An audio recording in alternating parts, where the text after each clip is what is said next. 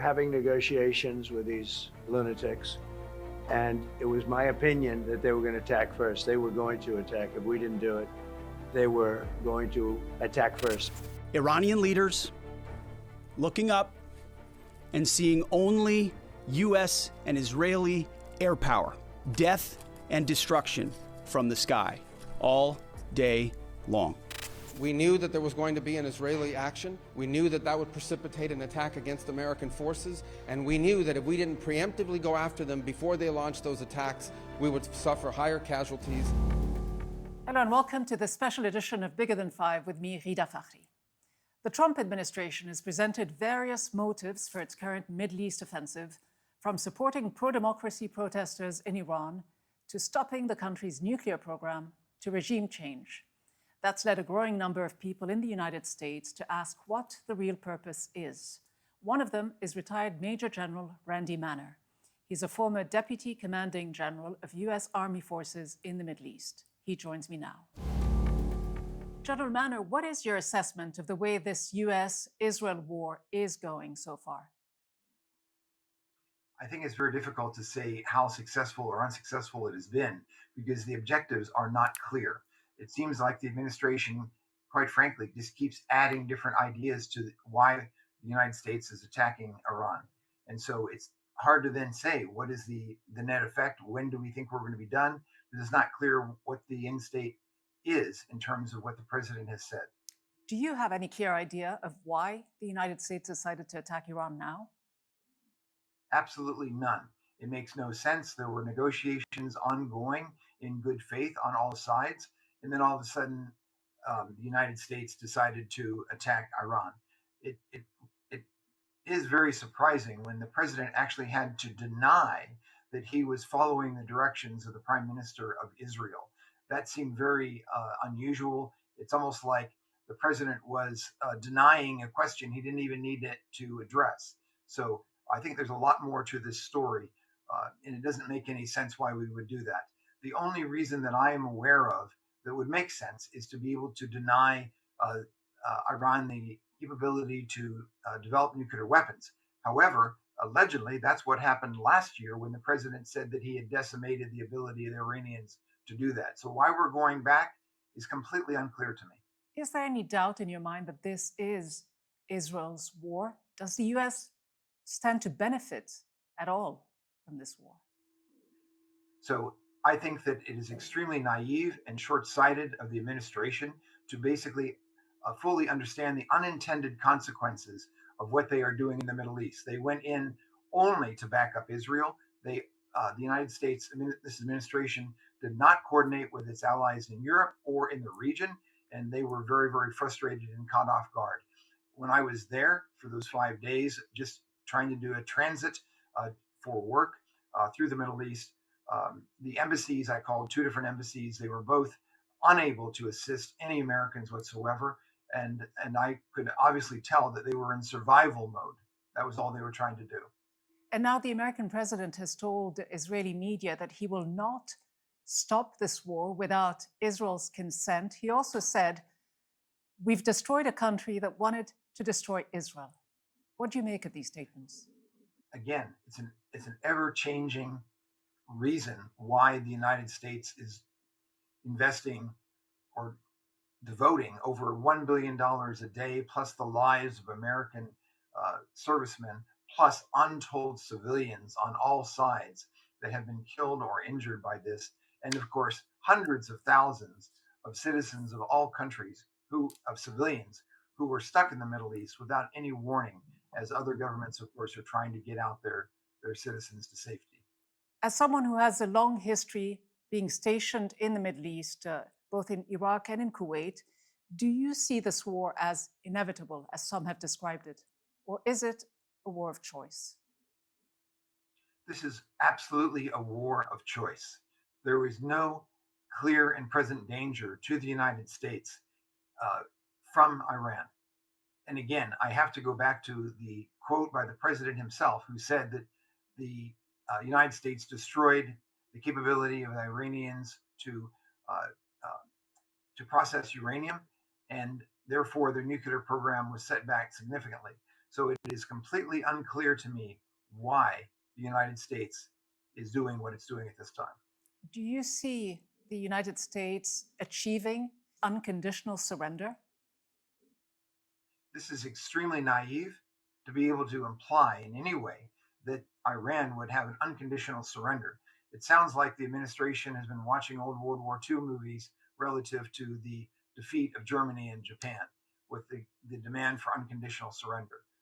There is no such thing because if you think about it, unconditional surrender implies that there is a declaration of war. And Congress, of course, has abdicated its responsibility to either rein in the president or to declare war. So the idea of unconditional surrender is nothing more than rhetoric from the administration and has no meaning whatsoever. You see this as a war of choice. The vast majority of people around the world see it as a war of aggression as well, which is, in international law, the supreme international crime. Do you agree that it is a war of aggression?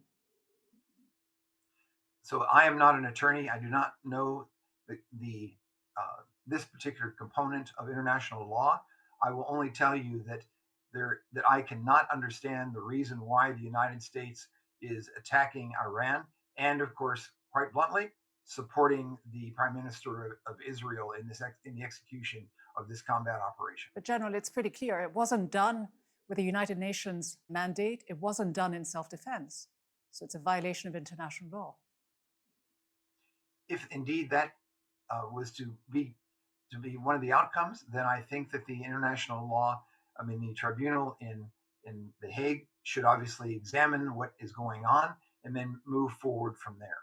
The international community examine what are the facts and then decide what action should be taken, if any, against the United States or the administration. General, bombing desalination plants, bombing schools and hospitals, bombing oil reserves, civilian infrastructure, these are all war crimes. What does the United States or even Israel stand to gain from all of these attacks on civilians and their infrastructure? It is extremely regrettable that there has been loss of life in the way that has happened and probably will continue to happen. And these are unforgivable. It is at the same time something where the United States and Israel have to take the responsibility for their actions. Is there any doubt in your mind that the United States was behind the attack on the girls' school in Iran on the first day of this war that killed more than 165 girls? Is there any doubt in your mind that the United States was behind it? And why is it taking so long for the United States to investigate? I do not have the access to the classified and unclassified data to be able to make a judgment call on this. I think it is a significant, a human tragedy, and it needs to be investigated. How likely is it that the United States would have been behind this? I don't know, again, because I do not have access to that information to be able to arrive at a conclusion. Are you surprised that it's taking this long to investigate? No, I'm not surprised whatsoever. This administration is slow to accept responsibility for things that happen that are bad, at the same time that they overblow, in many cases, the positive things that may be occurring. General, what do you make of the bombastic language that we hear from the chief of the Pentagon, the US Secretary of War, who said, quote, "death and destruction from the sky all day long"? So the Secretary of Defense is a disgraced major who was kicked out of the DC National, the District of Columbia National Guard. This is a person who is nothing more than a talking head. He lacks the competence and the experience to be able to serve as the Secretary of Defense. However, of course, the Congress, sufficient numbers of congressmen loyal to the president, validated him as the Secretary of Defense. So we have a very inexperienced and not competent Secretary of Defense who is making these calls, which are obviously, as we've already seen, words that he has said in writing are, quite frankly, the potential words of someone who is a war criminal. And what do you make of the statements by other senior lawmakers in the United States, like Lindsey Graham, who've been framing this war as a religious war, some kind of crusade. It is absolutely disgraceful in every sense of the word that we have senior leaders in the United States saying that this is a religious war. That is absurd. That is not what it is from the United States, and that should never be stated ever. It is not part of our national security strategy, and it's just absolutely demeaning to different religions around the world. I find it absolutely pathetic and abhorrent. How concerned are you that this war and the rhetoric that surrounds it is going to make the United States far less secure than it is today? These actions will absolutely make the United States less secure, both overseas as well as in the United States. I need to be perfectly clear. We are losing friends in the region and we are losing friends in Europe. And this is absolutely positively a detriment to the security of the United States. And of course, as you know, as well as I do, Iran is not Iraq. It is more than 3 times bigger than Iraq and has twice the size of the population. This isn't going to be a walk in the park, is it? Does Trump, does Hegseth, Rubio, and everyone who's been cheerleading this war, do they have any idea what they're getting the United States and the whole region into? I do not believe that they understand the scope of the challenge in front of them. And again, their simplistic words of demanding unconditional surrender and the idea of selecting the next leader of a country.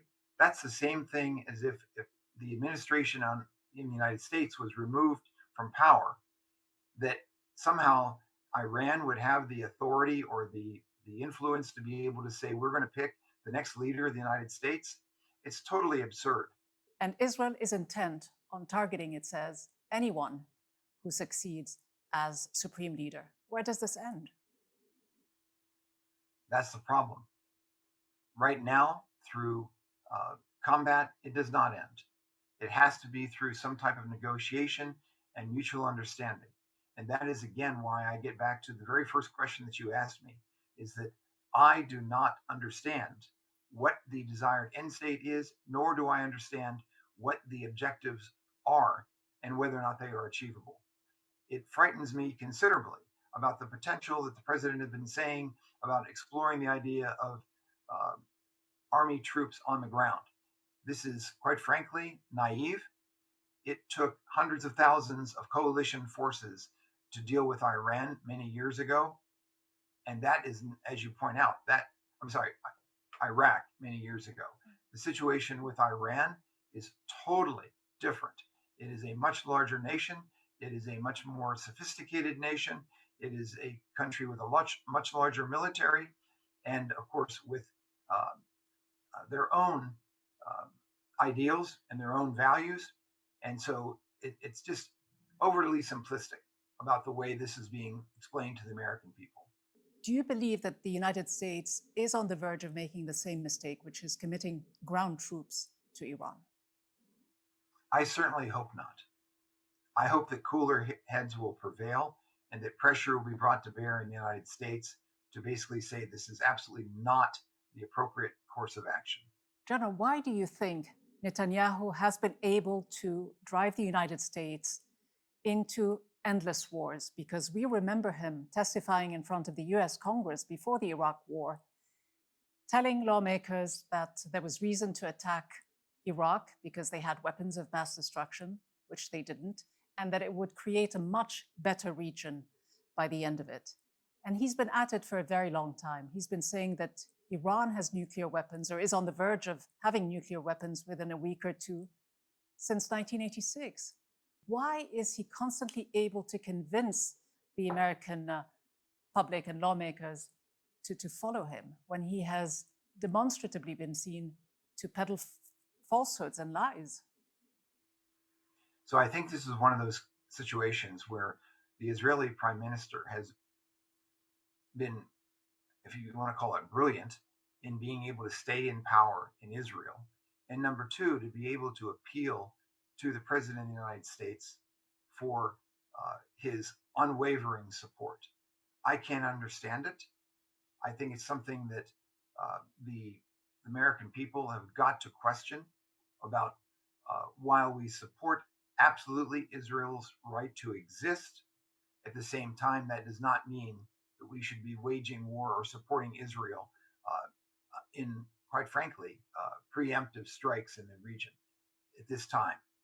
The threat is not mentioned in the national security strategy, and it bothers me about why this is all happening. Are you bothered? Are you surprised that the United States is allowing a wanted war criminal, Netanyahu, wanted by the International Criminal Court for the war crimes and the genocide in Gaza, that they're allowing him to drive the United States into war? Again, I do not understand the overwhelming influence that the Prime Minister of Israel has over our president. It's very similar to the way that Putin has a huge influence on our president as well. It's almost like our president likes fellow dictators, and it's shocking and dismaying that an American president would act in this way. If we're not sure about what the end game is for the United States, do you have a clear idea of what the end game might be for Israel? Is it regime change, or is it simply sowing chaos and instability in the region so as to weaken every country that once stood as a powerful, independent-minded country in the region? The Israeli Prime Minister is very adept at manipulating the American president. And so anything that any weapons that are being used by the United States is one less weapon that Israel has to use against Iran. So it's something where I do not, on one side, again, I fully support the Israeli right to exist, absolutely 100%. The question, of course, is beyond that, what does that mean? And I find that this particular engagement, I don't understand it from an American perspective, and notice the way I'm saying it. From an American perspective, I do not understand what the objectives are and what the end state is. Did you ever believe that this war was about nuclear weapons? I do not believe that. And the reason I don't believe it is because the president already said he destroyed the capabilities of Iran to be able to have nuclear weapons. So again, not trying to use the president's own words against him, but it's not making any sense to me. In fact, this is what the former lead US nuclear negotiator, Rob Malley, has said. He said the president of the United States is fabricating this kind of information. I cannot speak for the president, and I don't know what he knows. I think it's important for anybody in the press to be able to examine the truth or lie ratio of any leader, and I leave it to you to decide. General, I want to ask you, as a former deputy commanding general of all US armed forces in the Middle East, how do you see the future of the United States military presence in the region? Because the Iranians have made it clear they want to drive out every remaining US troop from their bases in the Gulf. I think it's very unlikely that the Iranians will be able to drive the United States out. Number two, and in my opinion, every time we fire a missile, every time that we attack anyone, those are less capabilities that we have to defend the United States against true adversaries, as well as, of course, to be able to have munitions available to defend, for example, Taiwan in the case of China, in case China was to attack Taiwan, and many other places in the world. So again, I believe that we are spending taxpayer money for a war that I don't understand, and we are losing American lives, and also we are obviously contributing to the loss of life in the Middle East on all sides, and it obviously is just very difficult to support in any way.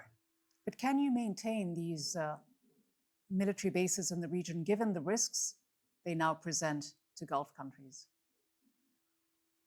That is something that I hope the administration is able to remedy and to be able to work with our allies in the Middle East. However, having been there during this conflict, all of the allies in the Middle East are feeling abandoned and being sidelined in this engagement over the relationship the United States has with Israel. We heard how the objectives have kept shifting, but we also heard how the time frame for this war has kept shifting as well. It went from a very short time, according to President Trump, 4 or 5 days, to 5 or 6 weeks, to at least 6 months. How long do you expect this open-ended war to continue? I don't mean to smile, but I have no idea because the administration has not clearly identified what are the objectives, what is the desired end state, and therefore it is not something that would take hours or days or weeks or months because it's not clear. So the answer is I have no idea. From a strategic point of view, setting aside any moral justifications or arguments, has America's unconditional backing of this war against Iran strengthened or weakened its leverage with Israel? Okay, so I believe that the relationship with Israel has been strengthened. I believe that the relationship with everyone else has been weakened. But what about the leverage it does or does not have over Israel? So I think that the leverage probably is between the leaders of these two nations in terms of the relationship that they have.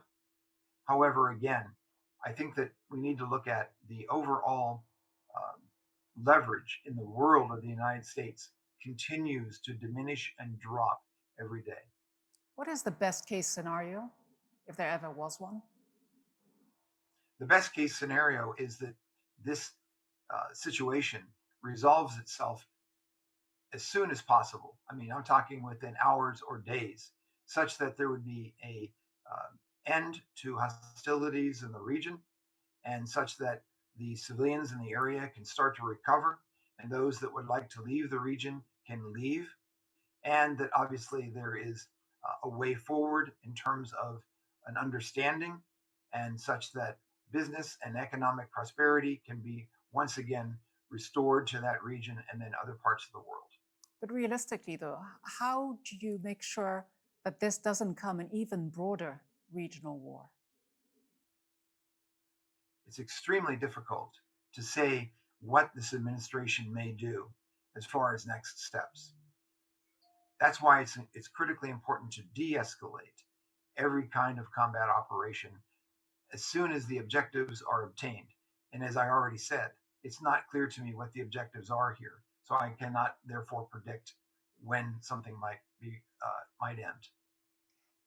Is the US, in your opinion, prepared for the human and financial cost of a long war if this continues for very much longer?